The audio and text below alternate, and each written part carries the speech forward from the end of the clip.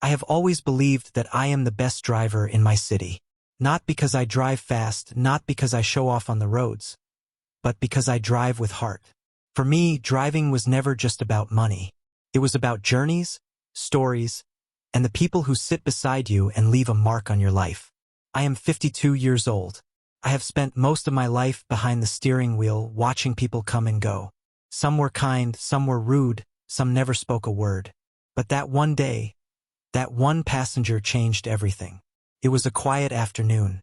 The sun was soft, the traffic light. I was parked near a bus stop when I saw him. A young man, maybe around 20 years old. He looked a little worried, standing there and checking his phone again and again. He wore simple clothes, but there was something graceful about him. His eyes were deep, thoughtful, almost innocent. He walked toward my car slowly. "Sir, can you take me to Green Avenue?" he asked politely. His voice was soft, respectful. "Of course," I said with a smile. "Sit." He hesitated for a second before sitting beside me. As I started driving, I noticed he seemed nervous. His fingers were slightly trembling. After a few minutes of silence, he spoke again. "Sir, I need to tell you something." "Yes," I replied gently. "I don't have money for the fare right now." He looked embarrassed, like he expected me to shout at him or stop the car immediately. But I didn't. I simply smiled. "It's okay," I said calmly. "When we meet again, you can pay me." He looked at me with surprise. Real surprise. "You trust me?" he asked. "Yes," I answered. Sometimes you just know when someone is honest. Something changed in his eyes at that moment. A warmth. Connection. When we reached his destination, he didn't leave immediately. He stayed seated for a moment. "Sir, can I ask something?" "Sure. Can we be friends?" I was caught off guard. "Friends," I repeated, smiling. "Yes, I don't know why, but I feel comfortable with you." I looked at him carefully. There was no joke in his face. He was serious. "I'm 52, I said softly. "I'm 20, he replied. "But friendship doesn't ask about age." His words touched me in a way I didn't expect. "All right," I said finally. "Friends." He smiled. A bright, genuine smile that felt like sunlight. "My name is Ayan," he said, offering his hand. "I'm Rahim," I replied, shaking it. And just like that, something new began. After that day, Ayan started calling me sometimes. First, it was simple things. "Are you free today? Can you pick me up? Can we have tea?" I never said no. We started meeting more often. Sometimes I drove him somewhere. Sometimes we just parked near a quiet roadside tea stall and talked for hours. He told me about his dreams. He wanted to start his own business someday. He told me about his struggles. His family didn't understand him much. He felt alone most of the time. And I listened. I told him about my life too. About my past. About how loneliness becomes normal when you grow older. One evening, as we sat watching the sunset from inside the car, he said something that made my heart beat differently. "You know, Rahim, I feel peaceful with you." I looked at him. "Why?" "I don't know," he admitted. "Maybe because you don't judge me. Maybe because you listen." His hand was resting near mine on the seat between us. Slowly, without thinking too much, our fingers touched. Neither of us moved away. The air felt heavier, warmer, but we didn't say anything. That night, when I dropped him home, he didn't immediately step out. "Tomorrow," he said quietly, "I want to spend the whole day with you." "The whole day?" I smiled. "Yes, no rush, no destination, just us." I nodded. "Okay." The next day felt different from the moment I woke up. I cleaned my car carefully. I even wore my best shirt. When Ayan got in, he looked happy, relaxed. "Today," he said excitedly, "we go wherever the road takes us." And so we drove. We went to the beach. We walked on the sand. The wind was strong, and he laughed freely as his hair blew across his face. We had lunch at a small roadside restaurant. He insisted on feeding me a bite from his plate, joking like a child. Hours passed, but neither of us felt tired. As evening approached, we drove outside the city where the roads were quiet and open. The sky slowly turned orange, then purple. He leaned back in the seat and looked at me. "Can I stay with you tonight?" he asked softly. I hesitated for a second. "Are you sure?" "Yes," he said, looking into my eyes. "I feel safe with you." That word, safe, meant everything. "All right," I replied quietly. At my small house, everything felt more personal, more intimate. We had dinner together. Simple food, but he kept saying it was delicious. Later, we sat close on the couch watching an old movie. At some point, his head rested gently on my shoulder. My heart was beating louder than the television. "Raheem," he whispered. "Yes. Do you ever feel like life gives you someone unexpectedly, and you don't want to lose them?" I swallowed slowly. "Yes," I said honestly. He looked up at me. For a long moment, we just looked at each other. Then he moved closer. Not in a rush, not out of desire alone, but out of emotion. He wrapped his arms around me, and I held him back. It wasn't about age. It wasn't about anything else. It was about warmth, comfort, connection.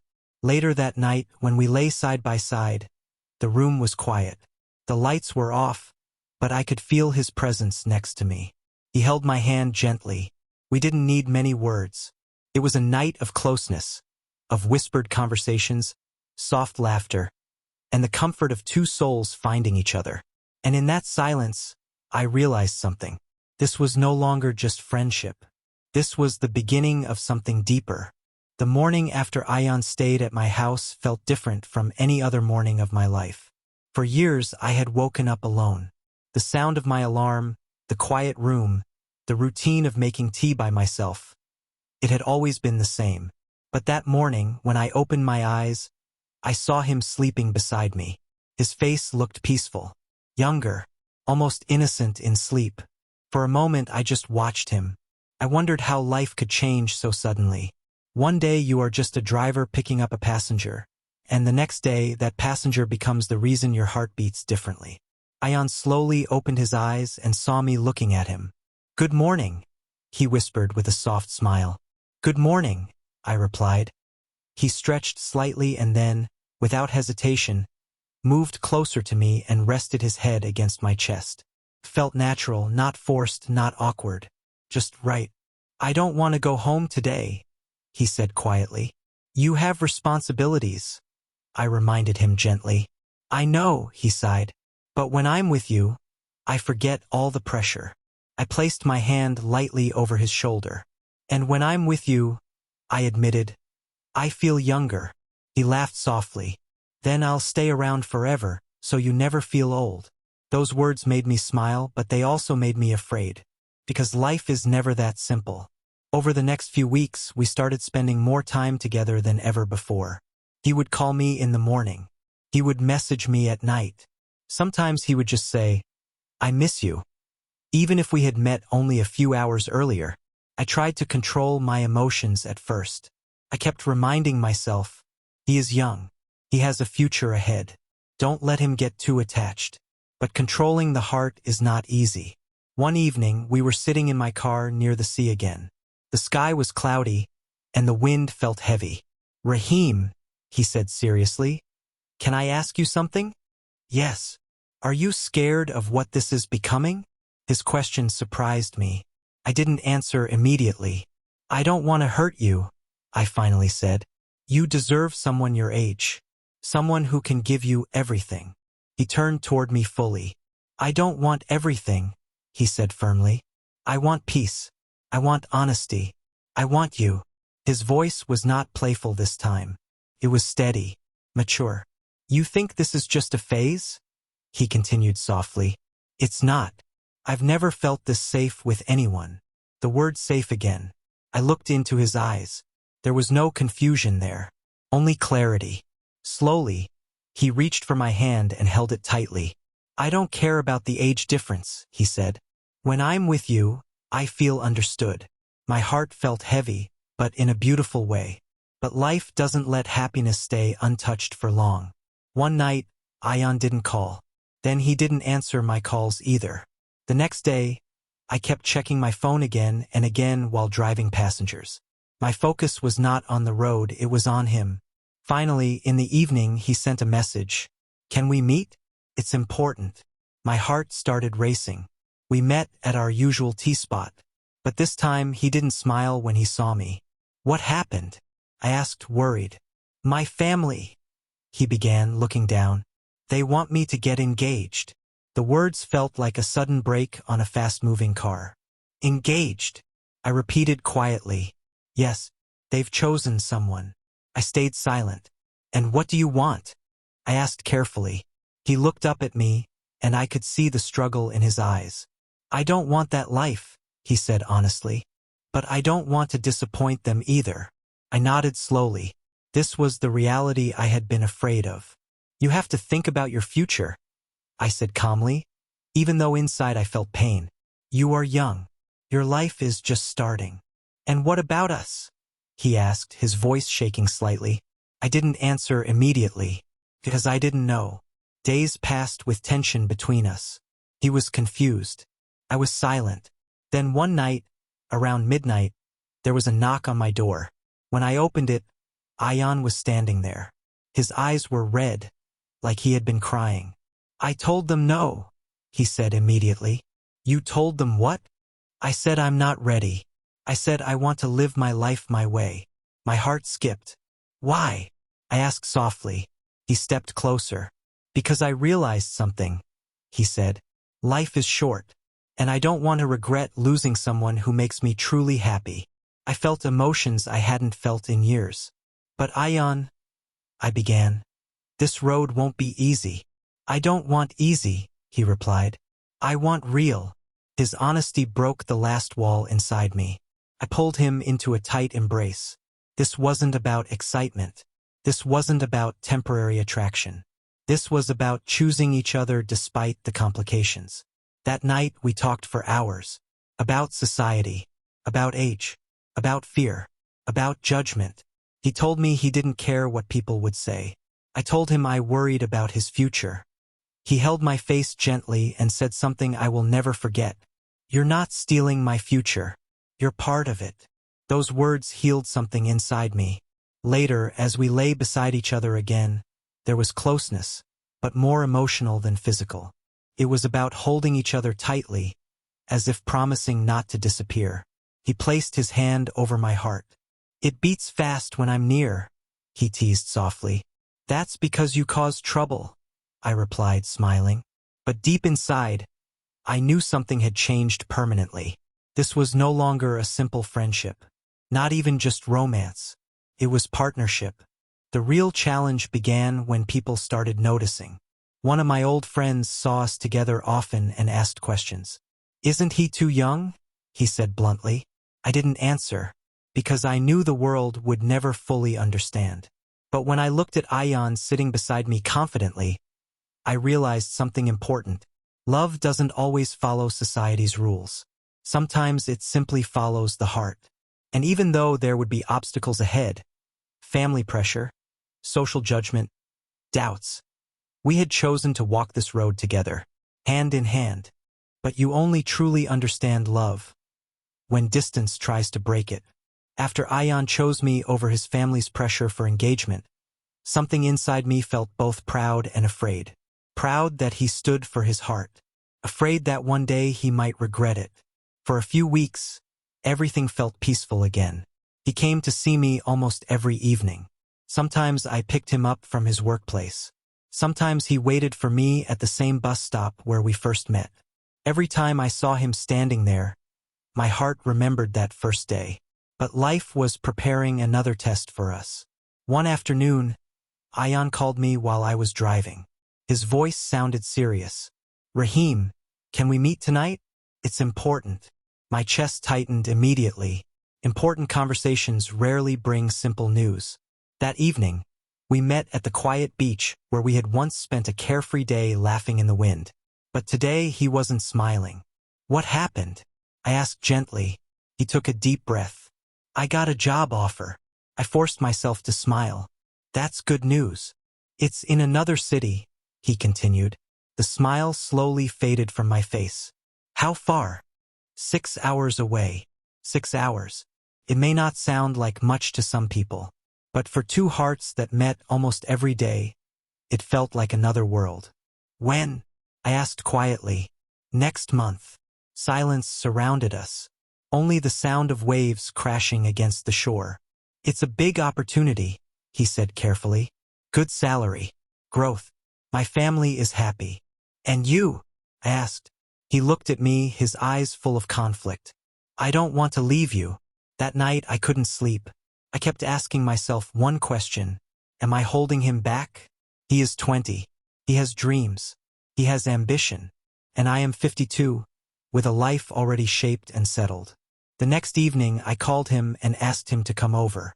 When he arrived, I could see he had been thinking too. Ion, I began calmly, you should take the job. He immediately shook his head.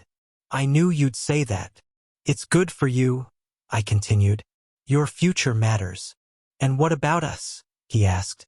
We'll manage, I said, even though I didn't know how. He stepped closer to me. Do you want me to go? He asked directly. That question pierced me. I don't want you to sacrifice your dreams for me, I answered honestly. And I don't want you to sacrifice us because you're scared, he replied. His words hit the truth. Yes, I was scared. Scared that distance would slowly change his feelings. Scared that new people in his new city would catch his attention. Scared that one day he would realize I was just a chapter, not his whole story. After hours of talking, we reached a decision. He would go, but we would not end. The night before his departure, he stayed at my house again. Everything felt heavier than usual. We cooked dinner together quietly. Every small action felt meaningful, like we were trying to memorize each other's presence. Later, as we sat on the couch, he leaned his head on my shoulder. Are you going to forget me? He asked softly. I turned toward him immediately. Never. You promise. I promise. He held my hand tightly. Distance doesn't scare me, he said. Losing you does. I pulled him closer. You won't lose me, I whispered. That night we didn't talk much. We simply stayed close, holding each other like two people trying to store warmth for colder days ahead. The morning he left, I drove him to the bus station. Felt strange. Usually I drove people away and forgot about them. But this time, I was driving my heart away. Before stepping out of the car, he looked at me carefully. You're not crying, right? He teased gently. I'm too strong for that, I replied with a weak smile. He leaned over and hugged me tightly. Not quickly, not casually. A long embrace filled with emotion. I'll call you every night, he said. I'll be waiting. He stepped out, picked up his bag, and walked toward the bus. Halfway there, he turned around. I was still sitting in the car, watching. He gave me a small smile and mouthed the words, I love you. It was the first time he said it so clearly. My heart stopped for a second. I love you too, I whispered, even though he couldn't hear me from that distance. And then he was gone. The first week was the hardest. No sudden visits. No evening tea. No soft laughter beside me. Only phone calls. Every night we talked for hours. He told me about his new office, his small rented apartment, the busy streets of his new city. Everything is new, he said once, but nothing feels like home. Home isn't a place, I replied quietly. It's a person. He stayed silent for a moment. Then you're my home, he said softly. Those words kept me alive during lonely nights. After a month, something began to change. Not dramatically, just small things. Sometimes he would say he was busy and call late. Sometimes he sounded tired. Sometimes his replies were shorter. My mind began creating fears. Is he meeting someone else? Is he slowly moving on? Is distance doing what I feared? One night, I couldn't control myself. Are you happy there? I asked suddenly during a call. Yes, he answered. More than here. There was silence. Rahim, he said carefully. Why are you asking like this? Just answer. I miss you every day, he said. But I'm also growing here. Learning. Living. His honesty hurt. But it was real. And I realized something important. Love cannot grow if it is controlled by fear. 2 months passed. Then one evening, there was a knock at my door. I wasn't expecting anyone. When I opened it, I froze. Ion stood there with a wide smile. "You didn't think I'd stay away too long, did you?" Before I could react, he hugged me tightly. "I got a short break," he said excitedly. "I came straight from the station." For a moment, all my doubts disappeared. He was here, in front of me, real.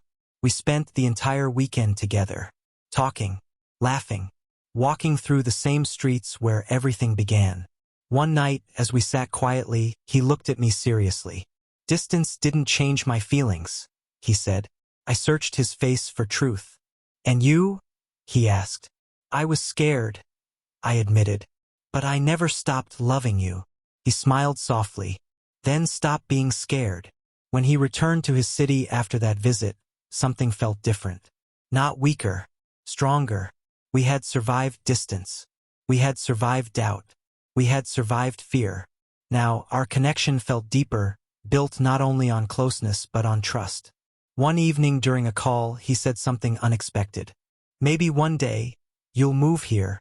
I laughed. "Old drivers don't move cities easily." "I'm serious," he said. "Why not? Life isn't finished at 52. His words made me think. For years, I believed my life was stable and unchangeable. But maybe love was teaching me something new. Maybe it was never too late to begin again. As months passed, the idea slowly grew between us. Could we build a life in the same city again? Could I leave my routine? Could he truly see a long future with me? We didn't have all the answers yet. But one thing was clear. What started as a simple ride without fare had become the most meaningful journey of my life. And even though distance had tested us, it had also proven something powerful. Some connections are not about age, not about society, not about convenience. They are about two hearts choosing each other again and again. But decisions shape it. After Ion returned to his city again, our bond felt stronger than before. The doubts had softened. The fear had reduced. We had proven to ourselves that what we shared was not temporary excitement. It was something steady, something intentional. Yet life was slowly bringing us to a crossroads. One evening, during our usual late-night call, Ion's voice sounded different. Not sad, not worried, just thoughtful. "Rahim," he said quietly, "how long do you see us like this?" "Like what?" I asked. "Calling every night, visiting once in a while, living in two different cities." I stayed silent, because I had been thinking the same thing. "I don't want you to feel tied down because of me," I replied carefully. "And I don't want a love that only survives on phone calls," he answered gently. His words were not angry. They were honest. "I've been thinking," he continued, "maybe it's time we stop living halfway." "What does that mean?" I asked. "It means," he said softly, "we either build something real together or we slowly drift apart." That sentence stayed in my mind long after the call ended. For days I kept thinking. I had been driving in the same city for more than 25 years. Same roads, same tea stalls, same small house. It was safe, predictable, comfortable. But when I imagined my future without Ion, it felt empty. One afternoon, while waiting for passengers, I found myself staring at the steering wheel, asking, is this how I want the rest of my life to be? Or am I brave enough to change? A week later, Ion called with excitement in his voice. "I have news." "What happened?" "I got promoted." I smiled genuinely. "That's amazing." "The salary is better now," he continued, "and they're offering long-term contracts." "That's great, Ion." There was a small pause. "And I was thinking," he added slowly, "maybe you could come here. Not immediately, but maybe in a few months." My heart skipped. "Leave everything?" I asked. "Yes. That's not a small decision." "I know," he said softly, "but neither is love." That night, I met an old friend of mine for tea. We had known each other for decades. During the conversation, I casually mentioned that I might move to another city. "At this age?" he laughed lightly. "Why?" "For someone," I replied. He looked at me carefully. Be careful, he said. Young people change quickly. Don't risk your whole life. His words were not cruel, just realistic. And they hit my fears directly. What if one day Ion decides he wants someone his age? What if he meets new friends, new opportunities, new attractions? What if I become a burden? That night, I couldn't sleep again. The next evening, I called Ion. We need to talk seriously, I said. Okay, he replied calmly. What if one day you change your mind? I asked directly. About what? About me. About us. There was silence for a moment. Why do you keep thinking I will leave? He asked gently. Because you are young. Your life is growing. Mine is already shaped. He took a deep breath. Rahim, listen to me carefully, he said. Love is not about age stages. It's about choice. And every day, I choose you. His voice was steady. If one day my feelings change, he continued honestly, I will tell you. But right now, I want to build something real. Not temporary. His maturity surprised me again. Do you see a future with me? I asked quietly. Yes, he answered without hesitation. That certainty did something powerful inside me. Ion insisted that I visit his city before making any decision. So one weekend, I took a bus and traveled 6 hours, the same distance that once felt impossible. When I arrived, he was waiting at the station. The way he looked at me, the way he smiled, it removed half my doubts instantly. This is my world now, he said as he showed me around. His office building, his favorite cafe, his small apartment. It was not luxurious, but it was his. That night, sitting on his balcony overlooking the busy city lights, he held my hand. Can you imagine living here? He asked softly. I looked at the skyline. It's different from my city, I admitted. Different doesn't mean wrong, he replied. I turned toward him. And what if I fail here? I asked honestly. What if I can't find work? Then we figure it out together, he said immediately. Together. That word felt heavier than before. During my 2-day stay, I noticed something important. He wasn't hiding me. He wasn't ashamed. He introduced me to a close colleague as someone very important in my life. That small action meant more than grand romantic words. When it was time for me to return, he walked me to the station. Think about it, he said gently. No pressure. I don't want you to feel forced. I know, I replied. As the bus started moving, I looked out the window and saw him standing there, just like the day he left my city months ago. Only this time I wasn't losing him. I was deciding whether to join him. Back home, everything felt smaller, quieter, lonelier. For the first time in years, I felt like I didn't belong there anymore. 3 days later, I called him. I've made my decision. He went silent. I'm coming, I said softly. For a second, he didn't speak.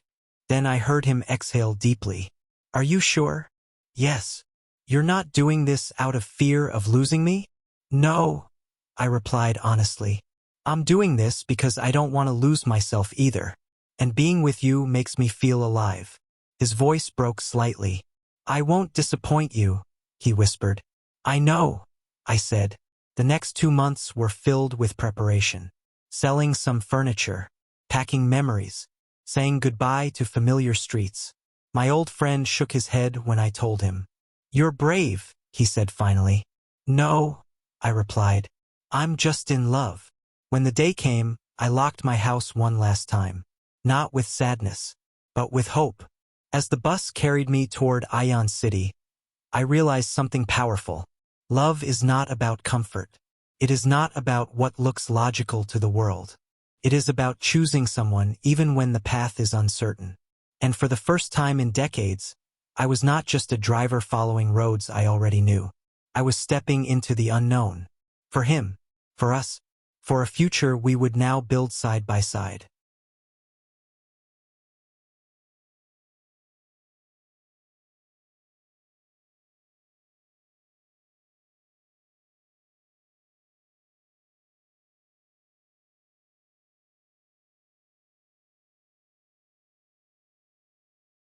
Moving to a new city at 52 is not just a change of location. It is a change of identity. When I stepped off the bus with my single suitcase, I felt something I hadn't felt in years, nervous excitement. Ion was already waiting near the entrance, scanning every face until his eyes found mine. The moment he saw me, his face lit up like the first day we met. "You really came," he said, walking fast toward me. "I said I would," I replied softly. He hugged me tightly in front of everyone. And for the first time in my life, I didn't care who was watching. His apartment was small, just one bedroom, a compact kitchen, and a balcony overlooking the busy streets. The city never seemed to sleep. Cars, lights, noise. It was very different from my quiet old neighborhood. The first few days felt like a honeymoon phase. We cooked together. We explored nearby markets. We stayed up late talking about the future. But after the excitement settled, reality slowly entered. Ion left for work every morning at 9. I stayed home. That was the hardest part. For decades, I had a routine. I woke up early, cleaned my car, drove passengers, interacted with people. Now suddenly, I had empty hours. I tried walking around the area. I tried reading newspapers. I tried watching television. But none of it filled the space properly. One afternoon, while he was at work, I looked at myself in the mirror and asked quietly, "Who am I without my old life?" Ion noticed the change before I spoke about it. "You seem quiet lately," he said one night while we were eating dinner. "I'm fine," I replied automatically. "You're not," he insisted gently. I stayed silent for a moment. "I don't want to become dependent on you," I admitted finally. "You work all day. I sit at home." "You moved here for us," he said. "Yes, but I need to feel useful." He put his spoon down and looked at me seriously. "Then let's find something for you," he said. "Maybe driving here? Or a small business?" The idea gave me a small spark of hope. But starting over at my age felt intimidating. "What if I fail?" I asked. "Then we stand up again," he answered simply. His confidence in me felt stronger than my own. After a few weeks of searching and asking around, I found work with a local car service company. It wasn't the same as owning my own routine, but it gave me purpose. The first day I returned home after work in this new city, Ion was waiting with dinner ready. "How was it?" he asked excitedly. "Different," I smiled. "But good." He looked proud, like my success was his own. That night, something shifted between us. We were no longer just lovers adjusting to each other. We were partners building a life. But no life remains untouched by outside opinions. One evening, while walking together in a market, we noticed two men whispering and staring at us.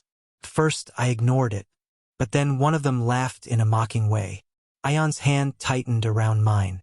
"Leave it," he whispered. We walked away without reacting, but the incident stayed in my mind. Later at home, I asked him quietly, "Does it bother you?" "What?" "People judging." He shrugged lightly. "It used to," he admitted. "But I can't live my life based on strangers." I looked at him carefully. "You're stronger than me," I said. "No," he replied softly. "I'm stronger because I have you." Living together also means facing differences. One night, after a long day, I came home tired and irritated. The kitchen was messy. Ion had come late from work and hadn't cleaned up. "Can't you at least organize things?" I snapped without thinking. He looked surprised. "I had meetings all day," he said defensively. "And I had work too," I replied sharply. The conversation quickly turned into an argument. "You think I don't do enough?" he asked, hurt. "That's not what I said. But that's what it feels like." Silence filled the room. It was our first serious fight. He went to the balcony. I stayed in the bedroom. For the first time since moving here, I felt fear again. What if small cracks become bigger? After an hour, I walked to the balcony. He was standing there quietly, looking at the city lights. "I'm sorry," I said first. He turned toward me. "I'm sorry too," he replied. "I think I was just tired," I admitted. "And maybe insecure." "Insecure about what?" About fitting into your world. He stepped closer. You are my world, he said firmly. We stood there in silence for a moment. Living together was not always romantic sunsets and soft words. It was learning patience, learning forgiveness, learning teamwork. That night, we held each other tighter than usual, because we understood something important. Love is not about avoiding conflict. It is about surviving it. A few months later, another test came unexpectedly. One evening at work, I felt sudden dizziness while driving. My vision blurred slightly, and I had to pull over. The company manager insisted I go to the hospital. When I called Ayan to tell him, his voice immediately filled with panic. I'm coming right now, he said. At the hospital, after some tests, the doctor explained it was high blood pressure caused by stress and adjustment. It's manageable, the doctor said, but he needs rest and care. On the way home, Ayan didn't speak much. Later that night, he finally said what was in his heart. I was scared, he admitted quietly. Really scared. I'm fine, I reassured him. You don't understand, he said, his voice shaking slightly. The idea of losing you, it terrified me. That moment showed me something deeper than romance. It showed commitment. He wasn't with me for excitement. He wasn't with me for rebellion. He wasn't with me for temporary feelings. He was with me because he cared about my life. From that day, he became more protective. He reminded me to take medicine. He adjusted our diet. He insisted on evening walks together. And every time I looked at him, I felt grateful. One quiet Sunday morning, while drinking tea on the balcony, Ayan asked something serious. Where do you see us in 5 years? I smiled lightly. Still arguing about the kitchen, I joked. He laughed, then became serious again. I mean it. I looked at him thoughtfully. I see stability, I said slowly. Peace. Maybe a slightly bigger apartment. And us? He asked. Still choosing each other, I replied. He nodded. I don't need grand promises, he said. I just need consistency. And you have it, I assured him. By the end of that year, we were different people. Stronger, more patient, more connected. We had faced distance, doubt, judgment, arguments, health scares, and yet we were still here. One evening, as we prepared dinner together, Ayan suddenly turned to me and said, You know what I realized? What? That day you gave me a free ride. You weren't just driving me home. I smiled. Where was I driving you then? Toward us, he answered softly. I stepped closer to him. And you? I asked. You were the destination I didn't know I was looking for. We stood there quietly, forehead touching forehead. No grand music, no dramatic scene, just two people who had chosen each other again and again. Love had not been simple, but it had been real. And as I looked around our small apartment, our shared space filled with memories, I realized something powerful. I was no longer just a driver. I was a man who took a risk for love and found a life worth living. Love feels strongest when life is stable, but the real truth of love appears when everything begins to shake. By the second year of living together, Ayan and I had built something steady. Not perfect, but steady. We had routines. Morning tea on the balcony. Quick goodbye hugs before work.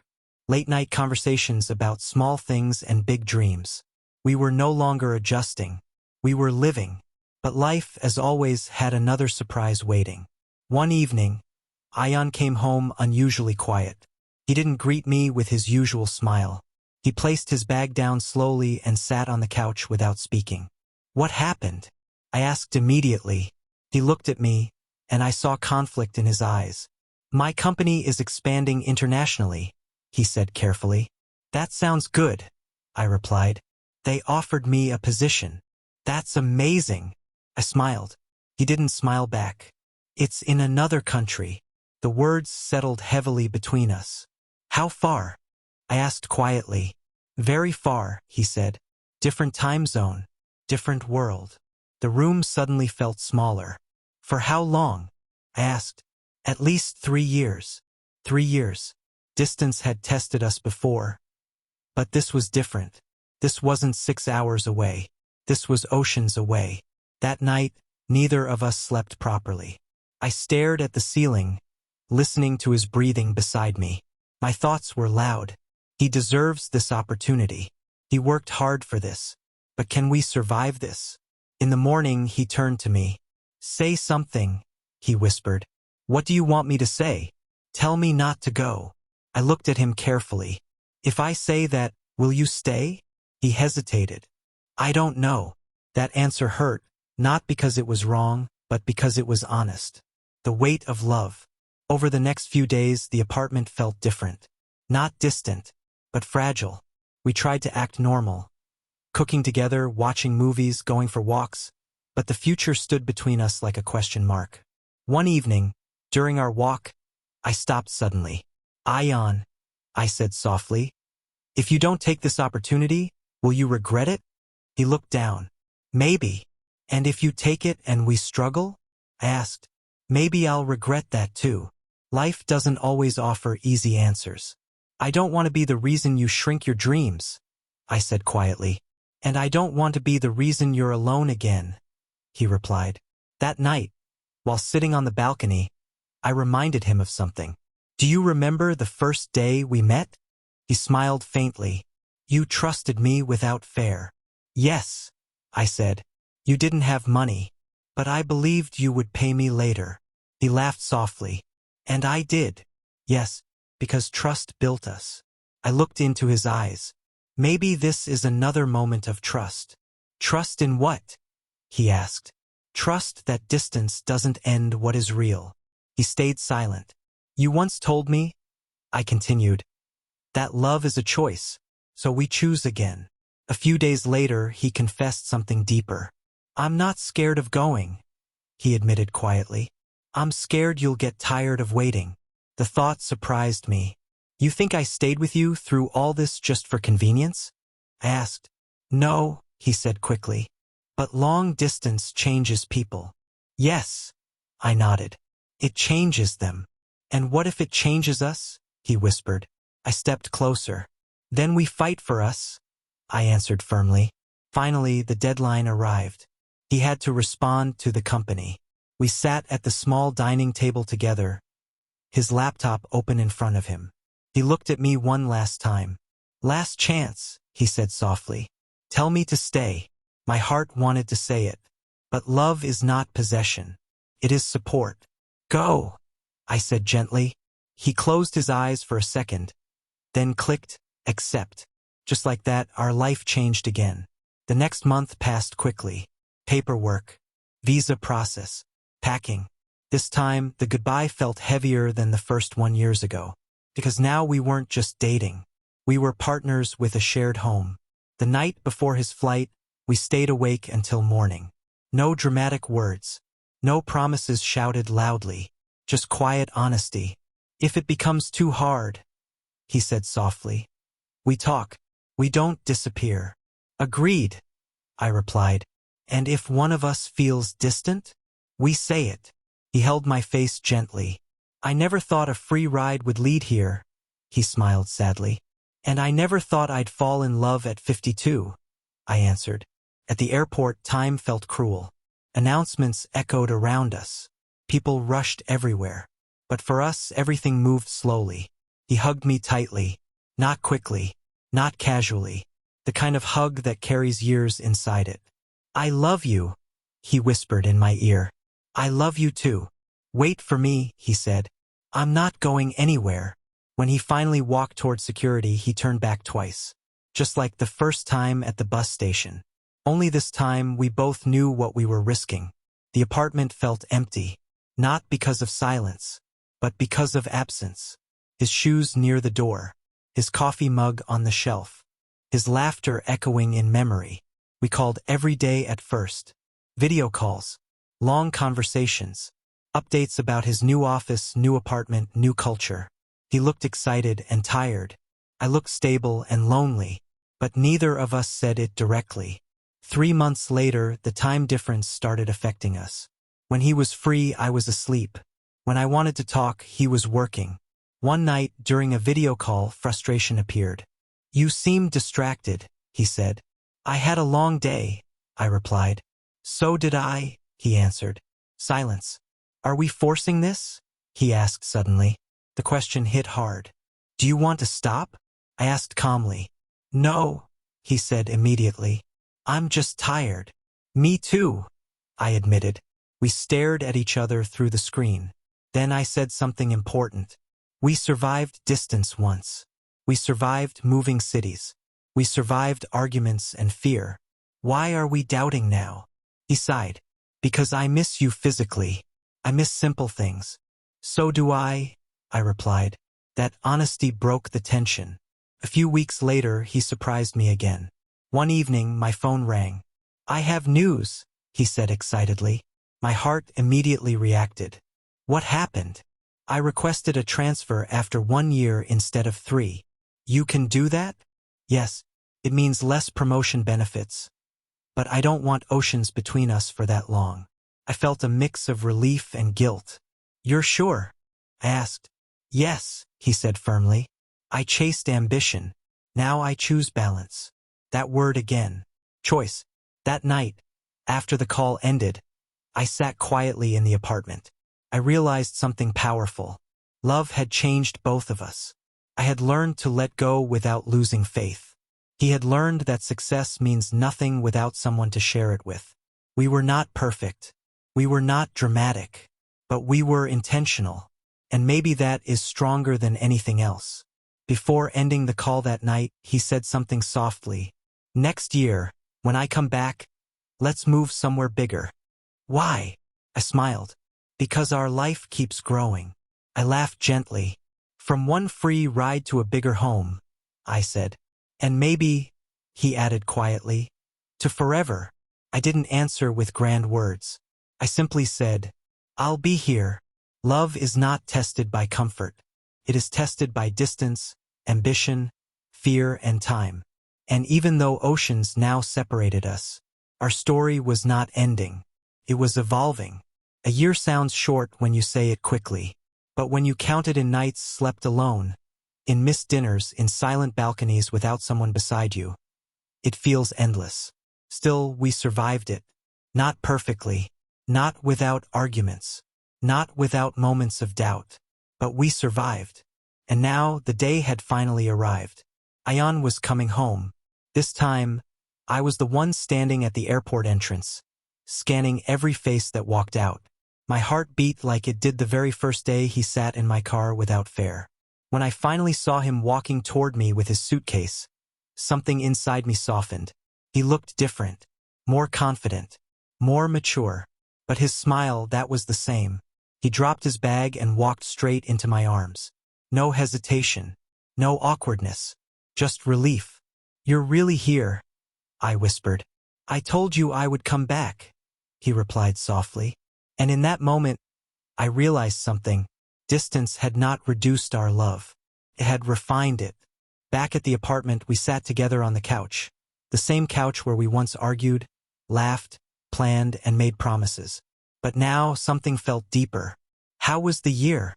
I asked quietly. He leaned back and looked at the ceiling. Hard, he admitted. But necessary. Necessary? I asked. Yes, he nodded. It taught me what matters. And what is that? I asked. He turned toward me. You. The word was simple, but it carried weight.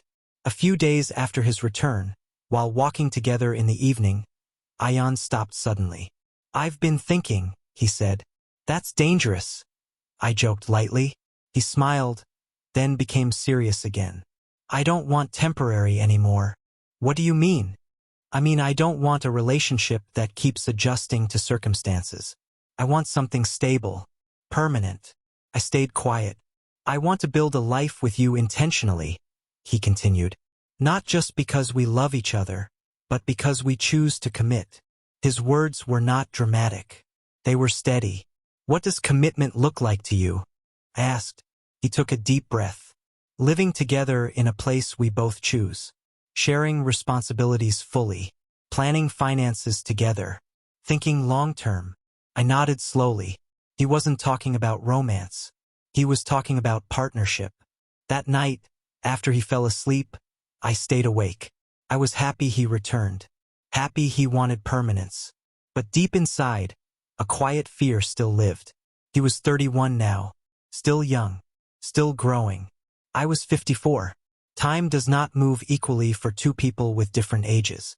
The next morning, I decided to speak honestly. Ion, I said over breakfast, what if 10 years from now you want something different? He looked at me carefully. Like what? Like someone your age. Like a different lifestyle. Like children. Like things I can't give. He put his cup down slowly. Rahim, he said gently, you always think about what you lack. I didn't respond. You gave me stability when I was confused. You supported my career. You trusted me across oceans. And you think you are lacking. It's realistic, I replied quietly. It's fear, he corrected softly. A week later, he came home with papers in his hand. What's that? I asked. A lease agreement, he said calmly. For what? For a bigger apartment. I stared at him. You said we should move somewhere bigger when I return, he reminded me. Yes, but. No, but, he interrupted gently. I found a place. 2 bedrooms. Quiet area. Balcony with more space. 2 bedrooms. I smiled. In case we fight, he joked. But then he grew serious again. I want us to create a home that feels equal. Not your place. Not mine. Ours. That word again. Ours. When we moved into the new apartment, it felt symbolic. We chose furniture together. We painted one wall a warm color. We argued over curtains and laughed about it later. Every small decision felt like a brick in something permanent. One evening, while arranging books on a shelf, Ayan suddenly said, Do you regret it? Regret what? Giving me that free ride. I smiled. It was the most expensive free ride of my life, I said playfully. He walked closer. And was it worth it? I looked around our new home, at the shared kitchen, at the framed photo from our first beach day, at the life we had built step by step. Yes, I said firmly. More than worth it. A few months after settling in, another serious conversation came. This time, Ayan initiated it. I've been thinking about something important, he said one night. I prepared myself. What is it? Health, aging, practical things. I was surprised. What about them? You're older than me, he said gently. One day, you might slow down before I do. It was the first time he openly addressed it. And, I asked calmly, and I want you to know something, he continued. If that day comes, I won't leave. I won't feel trapped. I won't feel burdened. His honesty shocked me. You're sure? I asked quietly. Yes, he said without hesitation. Love is not just for strong days. It's for weak days too. His maturity humbled me. In that moment I realized he was no longer the nervous 20-year-old who couldn't pay fare. He was a man. One peaceful evening, almost 2 years after his return, we sat on the balcony again. The city lights looked familiar now, comfortable. Do you believe in forever? He asked suddenly. I believe in today, I replied thoughtfully. And if we keep choosing each other today, maybe forever happens naturally. He smiled. That's very driver-like, he teased. What does that mean? You focus on the road ahead, not the entire journey at once. I laughed. That's how accidents are avoided.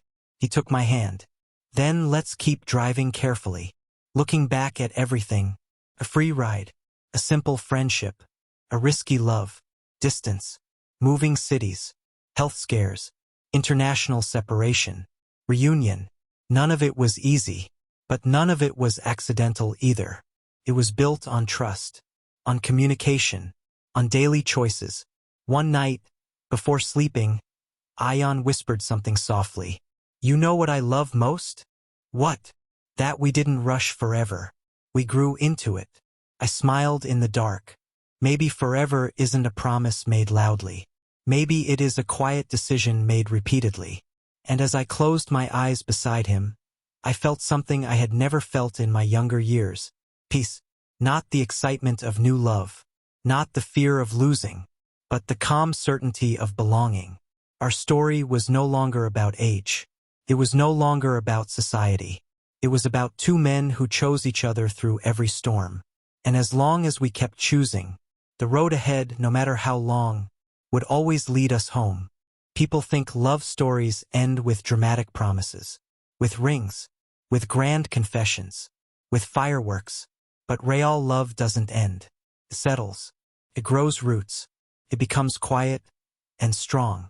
It had been almost 7 years since the day Ion first stepped into my car without fare. 7 years since I looked at a nervous 20-year-old boy and said, "You can pay me later." Neither of us knew what that moment would become. On the morning of that anniversary, I woke up before him. The sunlight filtered softly through the curtains of our larger apartment, the one we once dreamed about. He was sleeping peacefully beside me, 37 now, no longer the uncertain young man, but still the same gentle soul. I watched him for a long moment and I realized something important. Time had changed our faces slightly, but it had strengthened our bond. When he woke up, he noticed I was already dressed. "Where are you going so early?" he asked, rubbing his eyes. "Get ready," I said with a small smile. "We're going somewhere." "Where?" "You'll see." An hour later, we were driving through familiar streets. He looked confused. "Why does this area feel familiar?" he asked. I didn't answer. Then we stopped. Right in front of the old bus stop. The exact place where we met for the first time. He stared at it quietly. "You remember?" I asked softly. "How could I forget?" he replied. We got out of the car and stood there. The bench was older now, the paint slightly faded. But to us, it looked like the beginning of destiny. "Do you remember what you said to me?" I asked. He smiled shyly. "I asked you to be my friend. And I told you I was 52. You said it like it was a warning." He laughed. "It was." He stepped closer. "And I ignored it." We both laughed softly. Looking back, it felt unbelievable. A free ride. A small act of kindness. A simple friendship request. And now, 7 years of shared life. After standing there for a while, Ion turned serious. "Rahim," he said gently. "Yes. If you could go back to that day, knowing all the struggles ahead, distance, judgment, health scares, fear, would you still say yes?" I didn't need time to think. "Yes." "Why?" "Because every hard moment shaped us," I replied. "And every happy moment made it worth it." He looked at me carefully. "And if I had left during the first distance? Then at least I would have known I tried," I said honestly. He nodded slowly. "That's why I trust you," he whispered. That evening, after returning home, Ion seemed restless. He kept walking around the apartment like he was preparing for something. Finally, he stopped in front of me. "I've been thinking for a long time," he said. "That's usually dangerous," I teased again. He smiled slightly but stayed serious. "I don't want society's version of commitment," he began. "I don't need a ceremony to prove what we have." I listened carefully. "But I do want something symbolic. Something that says we chose this permanently." He walked to the table and picked up a small box. My heart skipped. "I'm not asking you to marry me in a traditional way," he said softly. "I'm asking you to promise that no matter how we age, how we change, how life tests us, we remain each other's home." He opened the box. Inside were 2 simple rings. Not flashy, not expensive, just plain silver bands. My throat tightened. "Ion," I whispered. "No pressure," he added quickly. "If you don't like the idea." Before he could finish, I stood up and held his hands. "Do you remember what you once told me?" I asked. "What?" "That love is a choice." He nodded. "Then today," I said softly, "I choose you again." His eyes filled with emotion. We didn't kneel. We didn't shout. We simply placed the rings on each other's fingers in our living room. Quiet, personal, real. Years continued to pass. Life didn't suddenly become dramatic or magical. It became steady. There were still small arguments about dishes. Still debates about which movie to watch. Still evenings when one of us was tired and quiet. But beneath all of it, there was something unshakable. Commitment. As I entered my 60s, I felt my energy slowing slightly. Nothing serious, just natural aging. One evening, after I struggled to carry some groceries, Ion gently took the bags from my hands. "You don't have to prove anything," he said softly. "I'm still strong," I replied stubbornly. "I know," he smiled. "But let me be strong too." That simple moment showed the balance we had built. Once I had protected him emotionally. Now he protected me physically. Love had shifted roles, but it had not weakened.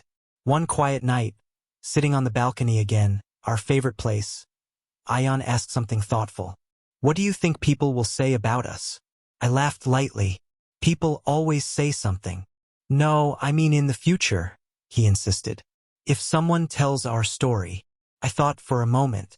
"I hope they say we were brave." "Brave?" he asked. "Yes," I nodded. "Because loving honestly is braver than loving safely." He stayed quiet for a while. "And I hope," he added softly, "they say we were loyal." I squeezed his hand. We were. One Sunday afternoon, while cleaning old drawers, we found something unexpected. A small folded piece of paper. It was an old receipt from the very first ride. I had kept it accidentally in my wallet years ago. The fair amount was written clearly. Ion laughed when he saw it. "I never actually paid you properly for this," he said. "You paid me," I replied. "How?" "With your life." He shook his head, smiling. "No, I owe you something." He took out his wallet and placed the exact fair amount on the table. "Interest included?" I joked. "Lifetime interest," he replied. We both laughed. But deep down we knew something. That ride had been priceless. The final understanding. One evening, many years after the beginning, we returned once again to that old bus stop. It had been renovated now. New paint, new benches. The world had moved on. But for us, time felt connected. Ion looked at me. Older now, lines on my face, silver in my hair. "I'm glad you were the driver that day," he said quietly. "I'm glad you didn't have money," I replied. He smiled. "Do you know what I realized?" "What?" "That sometimes the destination isn't a place." "Then what is it?" "It's a person." I looked at him, the young man who had grown into my partner, my support, my home. We didn't know how many years were ahead. No one ever does. But we knew something stronger than prediction. We knew commitment, the last promise. That night, before sleeping, Ion whispered something in the dark. "If one day I wake up and forget everything." "You won't," I interrupted softly. "But if I do," he continued, "tell me our story again." "I will," I promised. "Start from the bus stop." "And end where?" I asked gently. "There is no end," he replied. And he was right, because love like ours was not a dramatic fairy tale. It was a long road, with traffic, with storms, with detours. But we kept driving, together. And in the end, the best journeys are not the fastest ones. They are the ones where you don't regret the ride.